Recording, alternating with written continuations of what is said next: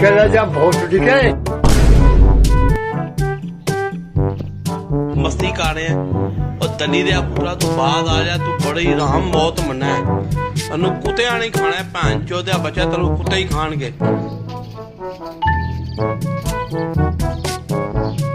Oh my God!